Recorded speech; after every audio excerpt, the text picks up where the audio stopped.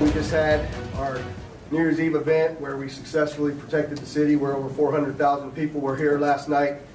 And that changed this morning at about 8:40 when a 2024 Tesla Cybertruck pulled into the area, a valet of the Trump International Hotel.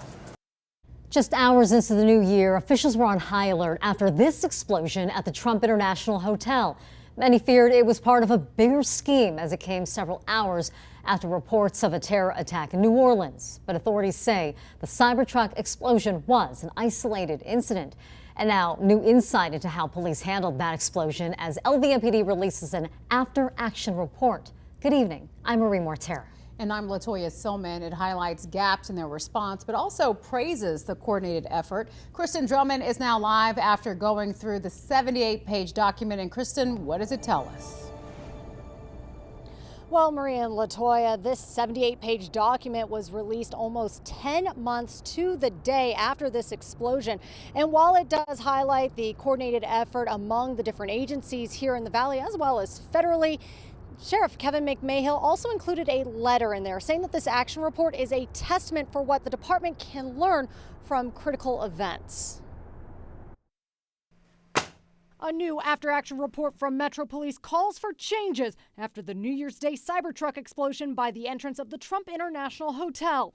Metro Police say 37-year-old Matthew Livelsberger shot himself while igniting the rented car on January 1st, staged with explosives and fireworks.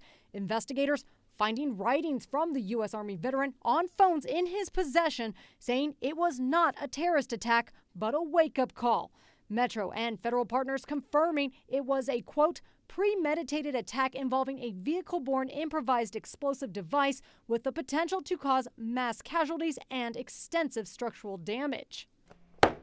These 78 pages highlight the rapid response, but also list 9 recommendations to improve operational challenges that were seen during the investigation of this crime. That includes better training on lithium-ion battery dangers. The paperwork states law enforcement personnel lacked awareness of the unique hazards posed by electric vehicle fires. An update says the recommendation was complete on January 31st and added to the department's online training platform in the spring. A few other suggestions: review dispatcher notification procedures, update protective equipment standards for crime scene analysts, standardize training for new technologies, and extending staffing coverage for major events like New Year's Eve. Metro crime analysts capturing more than 4,000 photos, with some shared in the report. Investigators also collecting 125 pieces of evidence, obtaining 62 search warrants over 10 days, and using a scanner to create a 3D digital reconstruction of the blast site. There's remnants and evidence that there was hobby fuse strung basically from the front of the compartment to the rear. That hobby fuse would, the way that we found it, could absolutely be an ignition source to the fuel-air explosion. Metro and federal agencies addressing media during several news conferences in January. The investigation eventually turning over to the Department of Defense on January 9th after a manifesto found on Livelsberger's phone was declared classified.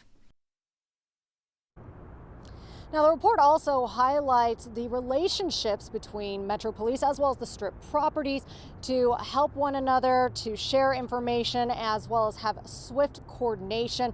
The report also highlights the use of drones, which was used to help assess the blast site to try and keep as many people as safe as possible. Reporting live outside of Metro headquarters, I'm Kristen Drummond, News 3. Significant considerations, especially when it comes to New Year's Eve, now just a few months away. Kristen, thank you.